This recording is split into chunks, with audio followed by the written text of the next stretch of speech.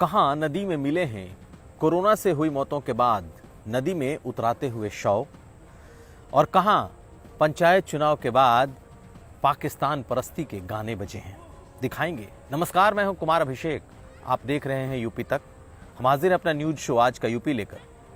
जान लीजिए क्या है इस कार्यक्रम में। शहरों में अस्पतालों में हो रही कोरोना से मौतों का आंकड़ा तो आ रहा है, लेकिन गांवों में हालात कैसे हैं, कितने भयावह हैं, इसका आंकड़ा भी नहीं मिल पा रहा।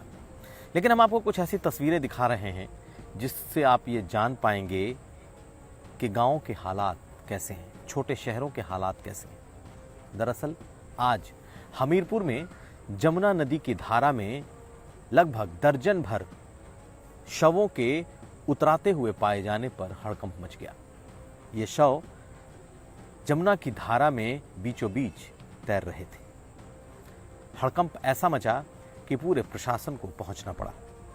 दरअसल कानपुर से लेकर हमीरपुर तक, जो कि कानपुर के उत्तरी छोर पर जो जमुना की धारा बहती है और जिस इलाके में गांवों की भरमार है, उस इलाके में लोगों ने कोरोना से हुई मौतों के बाद अपने शवों को यूं ही नदियों में प्रवाहित करना शुरू कर दिया है। और इसी वजह से हमीरपुर में जमुना की धारा के बीचों बीच ऐसे शव आज देखे गए। प्रशासन ने भी माना कि हो सकता है कि इनकी मौतें कोरोना से हुई हों और फिर लोगों ने इसे प्रवाहित कर दिया हो। सुनिए क्या कहा है प्रशासन ने। यमुना नदी में कुछ शव जो है वो बह करके जा रहे हैं, और ये यमुना नदी जो है ये जनपद हमीरपुर और कानपुर आउटर जनपद की सीमा पर बहती है।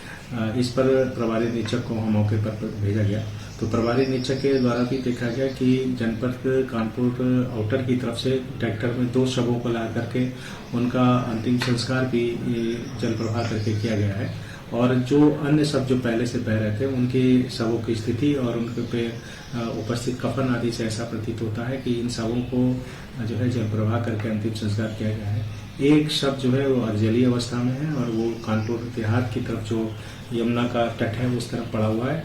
उस सब के बारे में कार्रवाई करने के लिए कानपुर आउटर के अधिकारियों को सूचित कर दिया गया है। और ये जो सब जो बह रहे हैं, ऐसा प्रतीत हो रहा है कि ये जो जल प्रवाह करके अंतिम संस्कार किया गया है, ये वही सब है। ये तस्वीरें बयां कर रही हैं कि गाँव में क्या स्थिति है।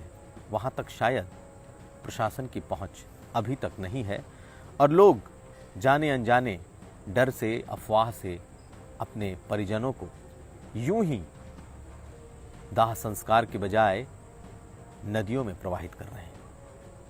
चलते हैं अगली खबर की तरफ। पंचायत चुनाव के नतीजे आने के बाद अब उत्तर प्रदेश में भी हिंसा का दौर चल रहा है। कहीं जीते हुए प्रत्याशियों से हारे हुए प्रत्याशी भिड़ रहे हैं, कहीं प्रशासन के सामने जबरदस्त हंगामा हो रहा है। हम आपको गोरखपुर जिले के चौरा चौरी की एक घटना बता रहे हैं। इस घटना में वार्ड नंबर 60 और 61, जहां से रवि निषाद और कोदई निषाद, इन दोनों के समर्थकों ने जमकर बरहमपुर चौक पर हंगामा मचाया। दरअसल इन दोनों प्रत्याशियों का दावा था कि ये दोनों जीत चुके हैं, लेकिन हारने वाले गोपाल यादव और गब्बर यादव को सर्टिफिकेट दे दिया गया है। यह हंगामा इतना बढ़ा कि चौराहे पर खड़ी गाड़ियों के शीशों को तोड़ दिया गया, आगजनी की गई और वहां पर मौजूद गाड़ियों में तोड़फोड़ की गई। तकरीबन घंटे भर तक ये उत्पात चलता रहा। दरअसल रवि निषाद और कोदई निषाद के समर्थकों का कहना है कि वो लोग इस चुनाव को जीत चुके थे। बाकायदा सोशल मीडिया पर इन दोनों लोगों ने अपनी जीत को पोस्ट भी कर दिया था और उसके बाद उनके समर्थकों के बधाई संदेश भी आ रहे थे। लेकिन जीतने के बाद जो उनका दावा है कि उन्हें सर्टिफिकेट देने के बजाय दूसरों को सर्टिफिकेट दिया गया और इसके बाद से यह हंगामा बढ़ गया। उस इलाके के सीईओ को उस इलाके में पहुंचना पड़ा। घंटे भर की मशक्कत के बाद इस पूरे मामले को कंट्रोल किया जा सका।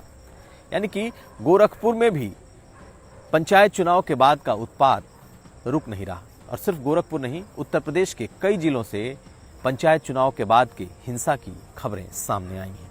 उत्तर प्रदेश के पंचायत चुनाव में भला पाकिस्तान का क्या काम, लेकिन अमेठी के प्रधान के चुनाव में जीत के बाद मनाए जा रहे इस जश्न में पाकिस्तान का ऑडियो बजाया गया। हम आपको पूरी कहानी बताएंगे, लेकिन पहले आप जश्न के बाद विजय जुलूस का ये वीडियो देखिए, जिसमें किस तरीके से पाकिस्तान और इमरान खान के लिए बने ऑडियो का इस्तेमाल विजय जुलूस में हो रहा है।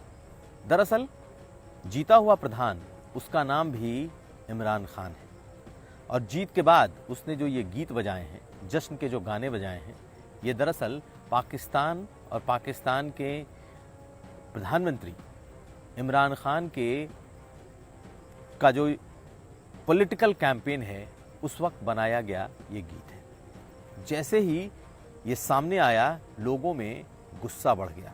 बाकायदा पुलिस में इसकी कंप्लेन दर्ज कराई गई और अब प्रधान और उनके 4 साथियों के खिलाफ कार्रवाई भी की जा रही है। मशहूर क्रिकेटर सुरेश रैना ने आज एक ट्वीट किया, और ट्वीट का मजमून ये था कि उन्हें भी एक ऑक्सीजन सिलेंडर की ज़रूरत है। उन्होंने ट्वीट करके सीधे मुख्यमंत्री योगी आदित्यनाथ से मदद मांगी। 20 मिनट के अंदर सुरेश रैना को वो ऑक्सीजन सिलेंडर पहुंचा दिया गया। बाकायदा एसपी ने उस ट्वीट का जवाब देते हुए कहा कि उन्हें सिलेंडर मुहैया करा दिया गया है और एक एडिशनल सिलेंडर भी उन्हें दिया जा रहा है। दरअसल सुरेश रैना ने तकरीबन 3 बजे के आसपास मुख्यमंत्री योगी आदित्यनाथ से मदद मांगते हुए ये ट्वीट किया कि उनकी आंटी बीमार हैं, कोविड पॉजिटिव हैं और उन्हें एक ऑक्सीजन सिलेंडर की सख्त ज़रूरत है। इस ट्वीट पर इतनी तेजी से कार्रवाई हुई कि सभी लोग हैरत में पड़ गए। खैर, सुरेश रैना के परिवार को यह सिलेंडर उपलब्ध करा दिया गया। चलते हैं अगली खबर की। और अब प्रदेश का कोरोना मीटर। उत्तर प्रदेश में आज फिर कोरोना के मामले कम हुए, लेकिन उत्तर प्रदेश को 2 भागों में अगर देखें तो जहां पहले कोरोना के मामले बढ़े थे वहां कम हुए, लेकिन जहां पहले कम थे वहां बढ़ रहे हैं। लखनऊ में थोड़ी राहत की खबर। लखनऊ में आज मामले 2000 से नीचे चले आए और लखनऊ का कुल आंकड़ा 1865 का रहा।